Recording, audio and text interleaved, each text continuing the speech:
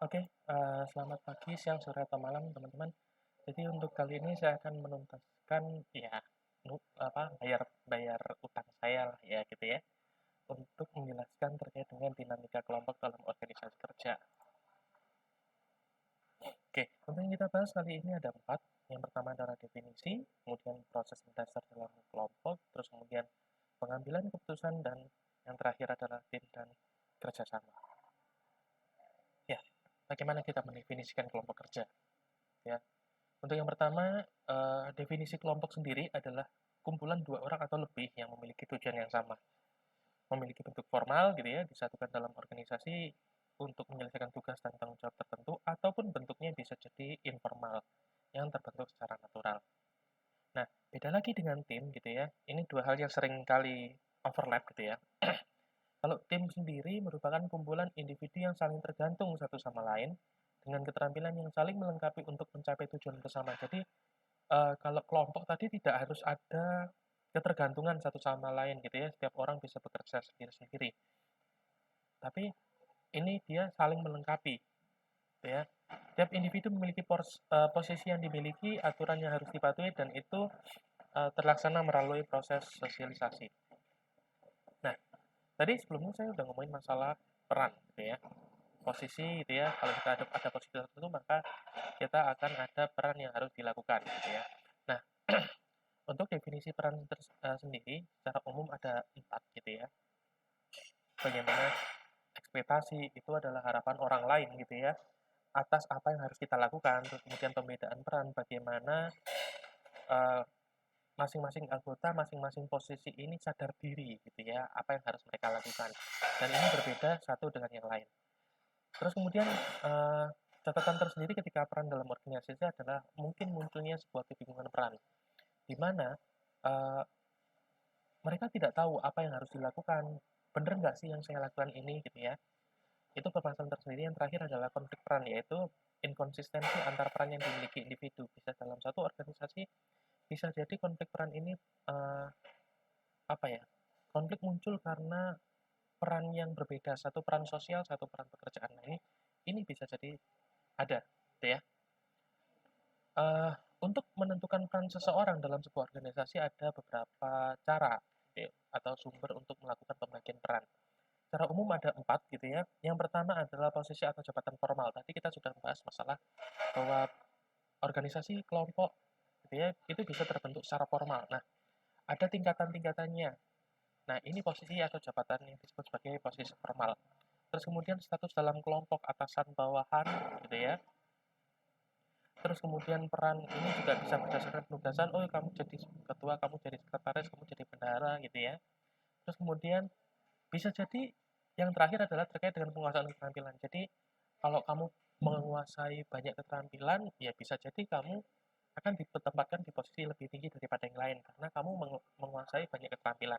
Atau kalau dengan katakanlah kamu sangat spesifik di satu hal, nah maka bisa dikatakan kamu akan ditempatkan di posisi peran yang sangat spesialis, gitu ya, sangat spesifik. Nah, kategorisasi peran di sini ada 3 gitu ya, secara umum. Pertama adalah group task role, di mana apa ya, ini tergolong untuk perannya ini adalah menyelesaikan permasalahan secara kelompok gitu ya. Sorry, group task berarti tugas-tugas gitu ya. Perannya untuk menyelesaikan tugas-tugas dalam kelompok gitu ya, berkaitan dengan penyelesaian tugas. Bisa bentuknya yang pertama adalah information giver, jadi kita ngasih tahu caranya. Terus kemudian procedural technician, jadi kamu ngasih tahu apa yang harus kamu lakukan tahap pertama, tahap kedua, tahap ketiga, ini kan ada prosedurnya. Dan yang terakhir adalah evaluator kritik, jadi kamu bisa memberikan masukan, penilaian gitu ya atas apa yang terjadi. Kemudian yang kedua adalah group builder dan maintenance roles. Jadi di sini diharapkan kamu menjadi orang yang mempertahankan kelompok gitu ya. Kamu menjaga ritme kelompok, menjaga dinamika dalam kelompok gitu ya. Menjaga keharmonisan dalam kelompok juga gitu ya. Di sini tipikalnya ada encourager, harmonizer, and compromiser. Terus yang terakhir adalah self-centered roles, di mana dia ini orientasinya belum pada orang lain, belum pada tugas, tapi dia masih berorientasi pada dirinya sendiri gitu ya. Makanya jangan heran ada beberapa peran yang mungkin uh, dia masih mencari pengakuan diri, mencari ada orang yang help seeker gitu ya, jadi dia selalu terus-menerus nyari bantuan gitu ya, itu juga ada. Nah, untuk lebih lengkapnya silakan baca di halaman 13 ya. Terus kemudian sosialisasi dalam organisasi. Jadi kalau sosialisasi ini adalah ya semua akan jadi anak baru pada saatnya. Jadi kita dalam organisasi mau nggak mau akan selalu belajar gimana masuk ke situasi lingkungan yang baru. Nah, disinilah yang penting gitu ya. Berarti kamu masuk organisasi, kamu harus belajar, kamu harus uh, tahu do and don'ts kamu sebagai anak baru gitu ya. Maka ini yang dipelajari selama proses sosialisasi. Proses pentingnya gitu ya, pengembangan keterampilan, kemudian perilaku yang sesuai dengan peran dalam kelompok, kemudian yang ketiga adalah pembiasaan dengan norma dan nilai di tempat kerja. Jadi bisa secara skill, bisa attitude, behavior, dan pembiasaan terhadap norm yang ada. Nah, cara pembelajaran yang dilakukan ada dua, yaitu social learning sama behavioral learning. Jadi, kalau social learning kita mengamati, kita melihat sekitar kita, gitu ya. Kalau behavioral ya kita belajar dari uh, pengalaman, mana yang dapat punishment, mana yang dapat reward. Kalau social learning, kamu cukup mengamati mana yang dapat reward, mana yang dapat punishment. Jadi, kamu tidak perlu melakukan hal untuk dapat punishment gitu ya. Jadi kamu mengamati, oh ternyata model seperti ini akan dapat reward loh. Nah, itu udah cukup. Nah, tahapan sosialisasi yang pertama adalah, nah ini tadi kita udah ngomongin masalah pentingnya, terus apa sih sosialisasi? Nah, kita akan ngomongin masalah tahapan-tahapannya. Yang pertama adalah anticipatory socialization. Jadi di sini pegawai baru itu membangun ekspektasi terkait pekerjaannya. Uh, kayak kemarin beberapa waktu yang lalu itu kan video ini dibuat tahun 2020 gitu ya, bulan April gitu ya. Nah, di tweet HRD Bacot itu pernah membicarakan masalah gimana sih kalau kamu kerja tidak sesuai dengan job desk-mu gitu ya. Nggak sesuai dengan knowledge, skill, ability yang kamu kuasai. Kamu anak pertanian tapi kamu masuk bank. Kamu anak psikologi, kamu masuk ke marketing misalkan. Nah, kamu nanti kalau psikologi lulus ya harus kerja di HR. Nah, ini gini teman-teman. Sekarang lagi kalau kamu pengen naik posisi, naik jabatan yang cepat itu bukan di office, ya. Kalau kamu pengen masuk naik naik pangkat cepat itu bukan di office tapi di marketing sebenarnya. Makanya jadi tantangan tersendiri kalau teman-teman misalkan ngejar karir. Kemudian yang kedua adalah akomodasi. Jadi pegawai sudah mulai mempelajari berbagai peran yang ada gitu ya, dan peran mereka sendiri dalam pekerjaan. Terus kemudian ketika dia sudah mampu akomodasi dengan lingkungan pekerjaan yang baru, maka dia udah dianggap sebagai anggota umum ya, bukan anggota umum ya, jadi kayak ya orang dalam lah gitu ya, karena sudah menguasai peran dalam kelompok. Nah, ini tahapan terakhir ketika sosialisasi adalah di role management. Nah, di sini saya merangkum beberapa hal yang dapat mempercepat proses sosialisasi. Yang pertama adalah kemampuan adaptasi individu, ya. Orang mampu untuk beradaptasi itu kemampuannya beda-beda. Ada yang cepat, ada yang lambat gitu ya. Terus yang kemudian yang selanjutnya adalah usia. Jadi di sini kalau usia biasanya lebih ke arah bahwa orang yang lebih tua itu mereka lebih sulit untuk belajar karena faktor kognitif mereka yang tidak lagi secepat ketika mereka masih muda. Kemudian alasan menjadi orang baru kenapa saya harus pindah ke sini gitu ya, itu akan mempercepat proses sosialisasi. Dan yang terakhir adalah sikap dan keinginan individu itu sendiri. Kemudian dari struktur sosial gitu ya, ada atasan dan rekan yang turut membentuk bagaimana kita akan menjadi satu, berintegrasi dengan kelompok lebih cepat. Kemudian secara organisasi gitu ya, jadi untuk mempercepat proses sosialisasi paling enak adalah penyusunan program yang sistematis, di mana proses sosialisasi ini terencana. Oh, kalau ada anak baru itu digimanain nih, jangan sampai anak baru ini keleleran. Nah, ini yang jadi catatan ketika kita masuk organisasi, masuk jadi orang baru gitu ya, sudah disiapkan. Kemudian yang selanjutnya adalah program orientasi training yang terfokus, jadi nggak gelambiar kemana-mana, gitu ya. Nah, proses mendasar dalam kelompok, gitu ya. Jadi, saya seringkali mengatakan bahwa PIO itu hanya psikologi sosial dalam konteks organisasi. Ini alasannya, ya. Konformitas, kohesivitas, dan efikasi dalam kelompok. Jadi kalau kita ngomong konformitas, gitu ya, perilaku individu yang untuk mematuhi aturan dalam kelompok. Jadi perilaku patuh dalam kelompok itu sebenarnya ada beberapa sih, gitu ya. Kalau ada conformity, ada compliance, ada obedience, gitu ya. Ini perbedaannya di mana? Jadi kalau conformity kita secara sosial itu apa ya? Karena kita ingin diterima, kita akan mengikuti apa mau kelompok, gitu ya. Kalau compliance itu kita dibujuk untuk melakukan sesuatu, maka kita baru mau. Ya, jadi ada faktor bujukan. Nah, kalau obedience kita melakukan sesuatu ya, karena faktor adanya perbedaan kekuasaan. Jadi tidak disuruh oleh atasan, gitu ya. Disuruh oleh atasan itu obedience karena atasan punya kekuatan yang lebih tinggi daripada kita sebagai anak baru katakanlah. Terus kemudian yang kedua adalah kohesivitas. Jadi merupakan tingkat seberapa orang tersebut merasa terikat satu dengan yang lain dalam kelompok tersebut. Hal yang mempengaruhi kohesivitas diantaranya adalah kompleksitas, otonomi, jumlah anggota.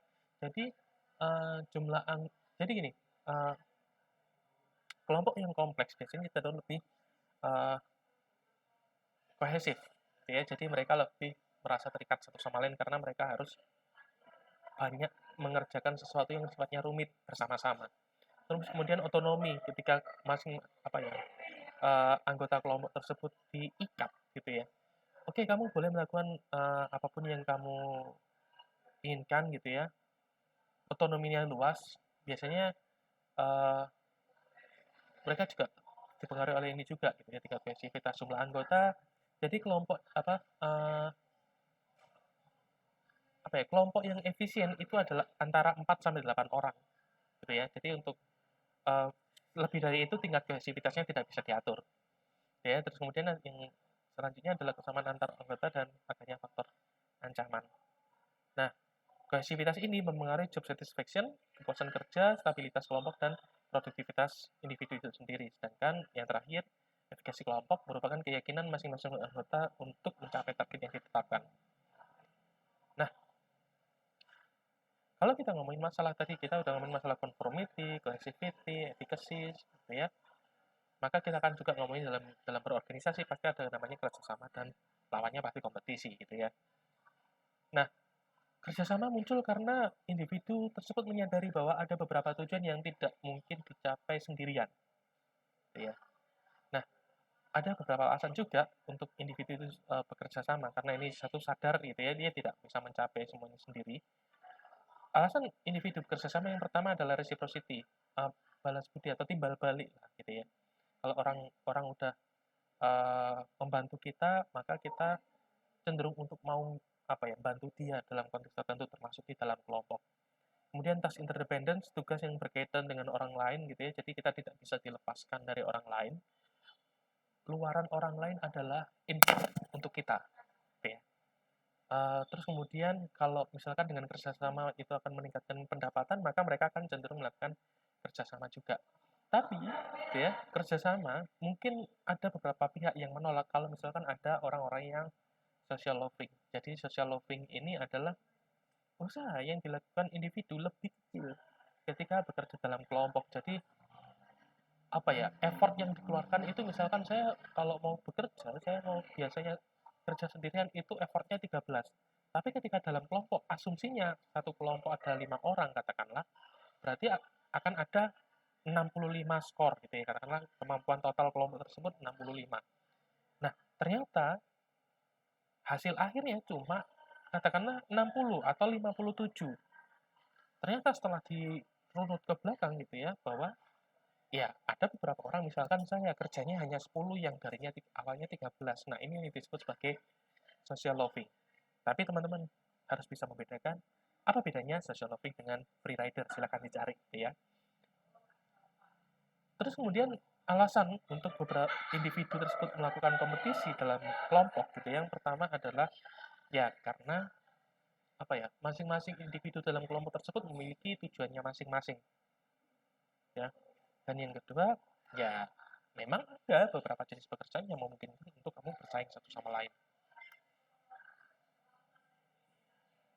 Oke, untuk konflik sendiri dalam organisasi ada beberapa hal yang patut diperhatikan. Yang pertama adalah tingkatan. Jadi, konflik bisa terjadi di tingkat internal, kemudian interpersonal, dalam kelompok, bahkan sampai antar kelompok. Sumber permasalahannya sendiri gitu ya, kelangkaan resource. Jadi tidak apa ya, kalau misalkan satu orang mendapat, orang lain nggak akan dapat gitu ya. Interdependensi, interdependensi. Jadi tadi alasan bekerja sama, tapi ini juga jadi alasan orang untuk berkonflik gitu ya. Kalau misalkan aku bagian bikin merangkai merangkai mobil gitu ya, bagian yang bikin pintu itu lelet. Terus kemudian akhirnya apa? Penghasilanku tidak sesuai dengan yang seharusnya. Biasanya aku bisa memproduksi katakanlah 10 kendaraan per hari, nah ini jadi hanya 7 atau 6. Loh, kok bisa jelek? Nah ini Pak, bagian bagian pasang pintu nih, merangkai pintu ini yang bermasalah. Nah, interdependensi juga bisa jadi sumber konflik. Terus kemudian selanjutnya adalah dalam kelompok itu sendiri juga karena ada perbedaan tadi dalam kelompok juga sebagai sumber konflik. Terus kemudian interaksi antar individu. Nah, kalau kita ngomongin konflik, ya istilah kita itu kan istilah negatif gitu ya. Jadi pandangannya eh, pasti negatif semua nih, nggak ada positifnya. Ternyata nggak benar juga gitu ya.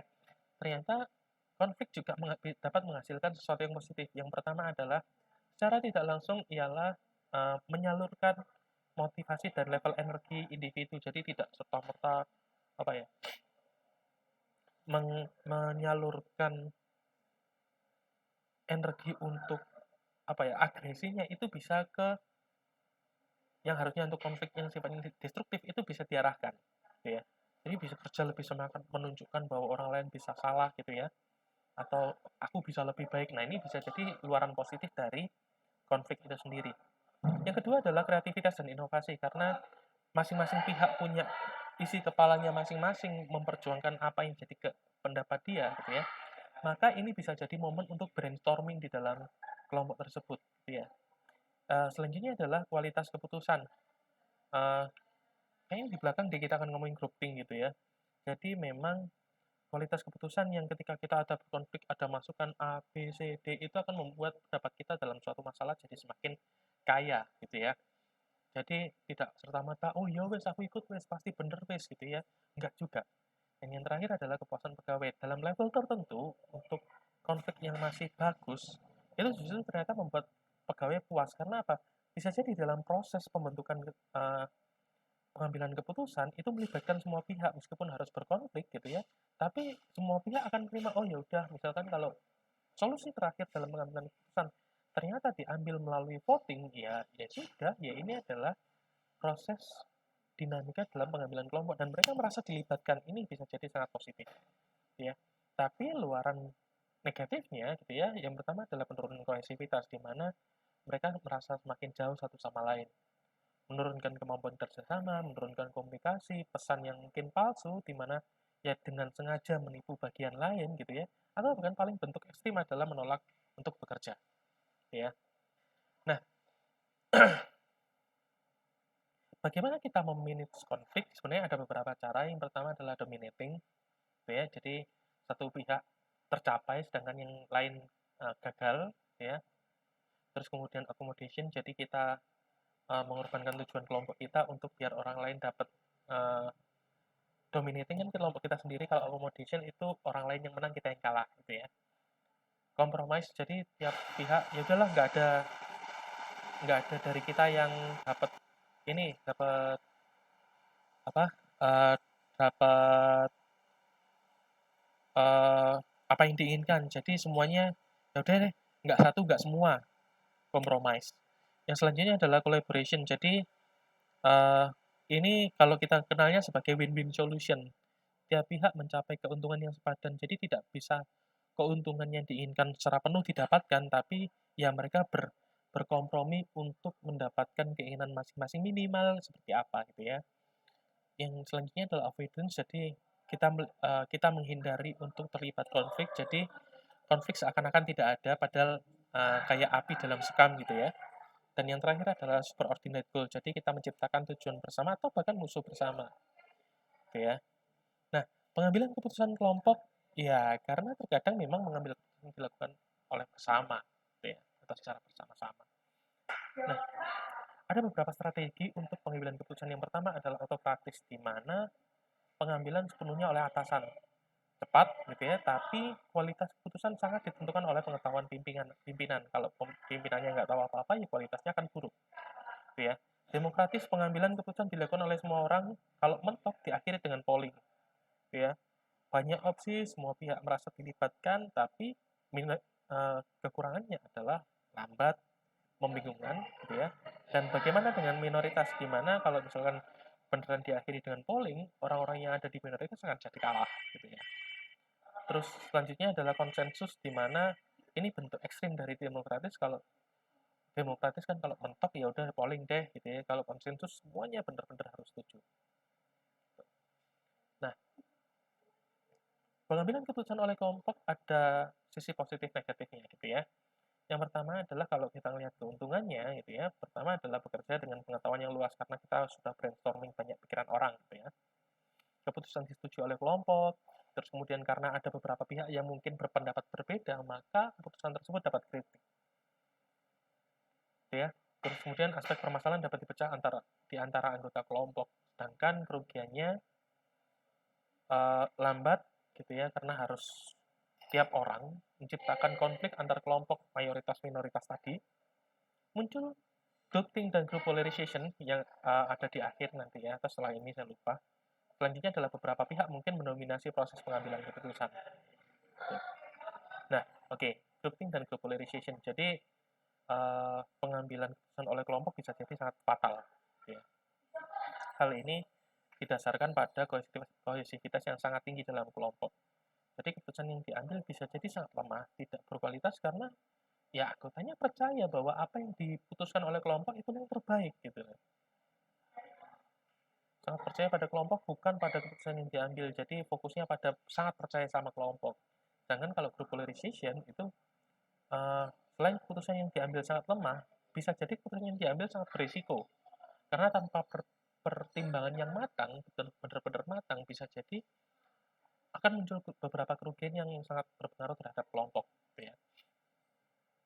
Nah, ini silakan di pause aja, misalkan kalau teman-teman pengen baca, tapi ini ada di buku kok. Gitu ya. Yang pertama adalah invulnerability, jadi yakin bahwa apa uh, mereka sangat tidak apa ya, kelompok sangat benar gitu ya. Illusion of morality gitu ya, the moral of correctness of the group. Jadi kamu nggak boleh membantah kelompok gitu ya. Berarti kalau kamu membantah kelompok, kamu uh, amoral gitu ya. Kamu bukan orang yang baik gitu ya. Shared negative stereotypes gitu ya. Jadi members have common belief that minimize the risk involved in decision. Jadi uh, dampak negatifnya nggak ada deh gitu ya. Terus kemudian collective rationalization, the member of explain away any negative information. Jadi uh, apa ya, uh, penjelasan-penjelasan negatif itu selalu ditolak sama kelompok. Self censorship, gitu ya, member suppress their own doubts or criticism concerning of decision. Jadi tidak boleh ada yang mengkritisi kelompok. Terus kemudian illusion of anonymity, gitu ya. Jadi karena ya udah ini karena keputusan kita bersama, kita nggak boleh mempertanyakan nih gitu ya. Terus kemudian direct conformity pressure, jadi langsung ditekankan kalau kamu mau masih menjadi umat Islam berarti kamu harus mengikuti apa kata ulama gitu ya. Nah yang terakhir main guard, jadi some member play the role of protecting or insulating the group from any opposing opinion. Jadi memang dengan sengaja mereka memprotek kelompok. Ya. Oke, tim dan kerjasama. Jadi tadi di awal saya udah ngomongin perbedaan antara tim dan kelompok gitu ya. Ini sebenarnya apa beda kerjasama dengan tim? Sorry, kok kerja kelompok dengan tim? Oke, tim dan kerjasama. Ada beberapa kondisi di mana pekerjaan yang dilakukan sendiri lebih efektif dibanding orang lain tadi. Ingat masalah social logging tadi ya. Kebutuhan tim muncul ketika membutuhkan pengambilan keputusan yang kompleks dan menyelesaikan tugas rumit short time. Contohnya, kalau yang saya contohkan short time project, maka eh, apa ya? eh, Ya udah deh, daripada harus ribet-ribet dengan kelompok gitu ya. Ya udah, kamu bagian A, kamu bagian B, kamu bagian C, aku bagian D gitu ya. Nah, berarti kalau kita cek selama ini, evaluasi kembali nih, kalian selama ini mengerjakan berbagai mata kuliah gitu ya, membentuk kelompok atau membentuk tim sebenarnya. Oke, terima kasih. Mungkin itu aja untuk materi terkait dengan dinamika kelompok gitu ya. Eh, Kalau ada pertanyaan, mungkin eh, beberapa waktu yang lalu, atau ya, kalau ada pertanyaan silakan ditanyakan. Sekian dari saya, terima kasih. Selamat pagi, siang, sore, atau malam teman-teman.